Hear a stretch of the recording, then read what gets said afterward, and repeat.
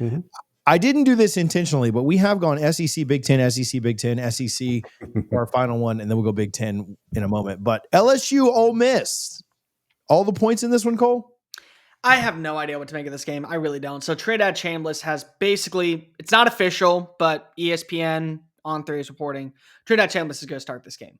Okay, so what's the encore? I mean, literally, what is the grand finale? You came on in week 2. You didn't do much because you didn't have to. You were already winning against Kentucky. You came on in against Arkansas. You won a football game. You looked awesome doing it. You came on in against Tulane. You looked, again, awesome. Didn't miss a beat. Now you get to face off against an LSU defense. LSU, at this point, we don't know what to make of the opposing teams that they've gone up against, because you figured that their defense was going to take a step forward, and it has underneath Blake Baker. It has been absolutely phenomenal on all different stages. Pass protection has been great. Coverage downfield has been exceptional. Pass rush has been pretty good. The run defense has been exceptionally well. But you'd also figured, well, you faced off against Clemson, so good offense. Nope. You faced off against Florida, so good offense. Nope. It's not that. So we don't know if the offenses that were on the field that afternoon or that evening were really, really neutralized by what LSU's defense has done, or if they're just awful and LSU still has to be tested. There's not a one wide receiver that leads Ole Miss right now. There are 3 guys that have over 100 receiving yards at this point, including Daquan Wright, including Deuce Alexander, and including, for my money, probably one of the biggest surprises, because if he played at Penn State last year and had no success, Harrison Wallace. I mean, every single one of them is able to make plays, and they've acted like the number one player. Dejon Stribling from Oklahoma State as well has looked phenomenal at this point. They can run the football. That's an area to where it should benefit, I think, a team like LSU, because their run defense has been great. They also have design runs with quarterbacks, and that's something that I think is going to be really important to see. How do you play a Harold Perkins or Whit Weeks? You have to have a spy on Trinidad Chambliss the entire game. Back-to-back weeks, he has led Ole Miss in rushing yards. And it's not because of broken plays downfield in pass coverage. It's because they have design runs for him to get into the open field and make stops and do the right things with his legs and force defensive backs to make mistakes. On the opposing side, for LSU, your defense is going to bail you out of trouble, but I'm sorry. It's, again, showing the same profile that we saw last season that made us all question if LSU could even get the ball rolling. You rank in the top 40 in passing yards per game. You rank in the bottom 30 at 113th in rushing yards per game. You can't run the football. And this is one of those games where I hate to be the bearer of bad news. The way that we talked about trusting last week, Jaden Baugh, how it would be inefficient to run the football against a defense like Miami, you should be able to run the football against Ole Miss. Ole Miss is 118th in run defense. They struggle stopping the run. They've struggled stopping mobile quarterbacks, and they've also struggled stopping running backs once they get to the second and third level of the defense. They also do a good job of pressuring quarterbacks into making mistakes. They forced Taylor Green to have to play outside the pocket and uncomfortable. They took away Jake Retzlaff legs. So if you are Garrett Nussmeier, you're going to be asked to do a lot in this game, potentially once again.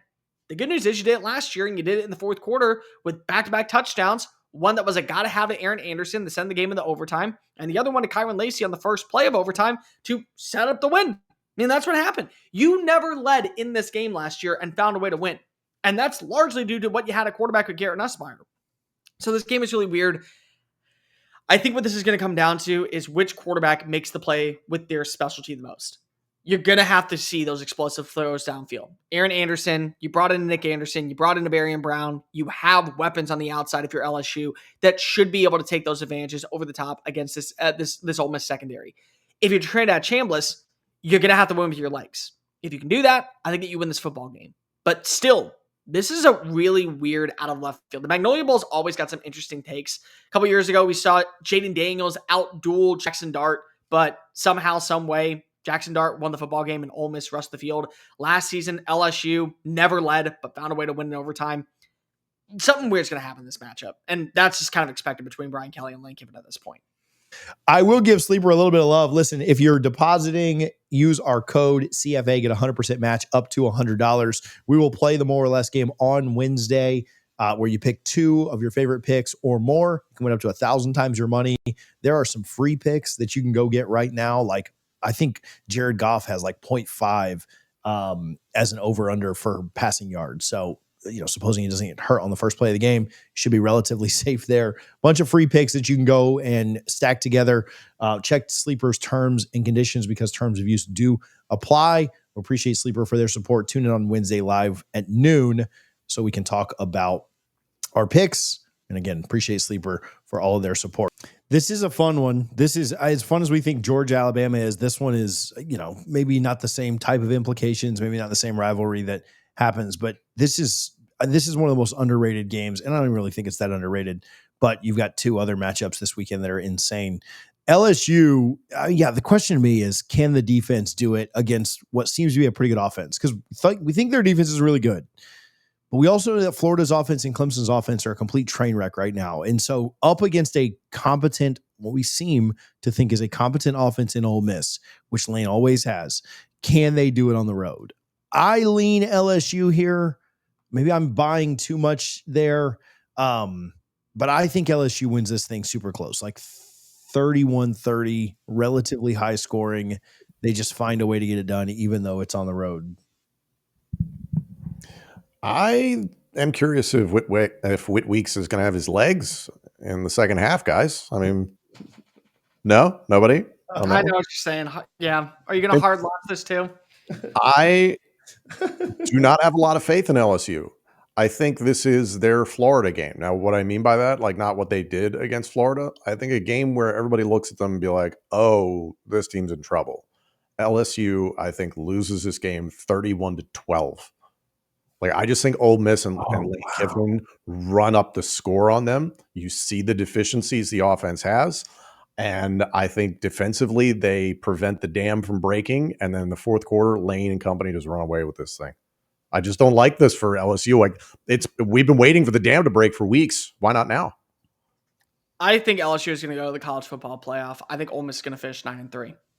I think Ole Miss is going to win this game, and LSU is still going to go to the college football playoff. That's just the bottom line.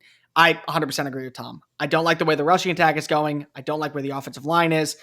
Garrett Nussmeier looked awesome last week. He was finally back to showing us what was the version we were supposed to expect coming out of last season. It was against Southeastern Louisiana. I mean, come on. Like that's something that it's hard for me to buy a lot of stock into. Here's what I will say. It's not enough, I think, that we need to talk about when it comes to what LSU is missing. We also have to talk about what Ole Miss has found. Like, we always talk about when you have two quarterbacks, it usually means you have none. Not for Ole Miss. At this point, when Lane Kiffin gets Lane Kiffin gets his hands on a quarterback, strike that. When Lane Kiffin gets his hands on a quarterback, phrasing, it just works. At this point, it just does. We're not going to talk about quarterback inefficiencies when you have two dudes that can easily run this offense extremely well. And I think Ole Miss runs the offense extremely well. I think Trey Chambliss proves that he is the quarterback for the rest of the year. I think he puts his name into the conversation for SEC Offensive Player of the Year. I got a 30-24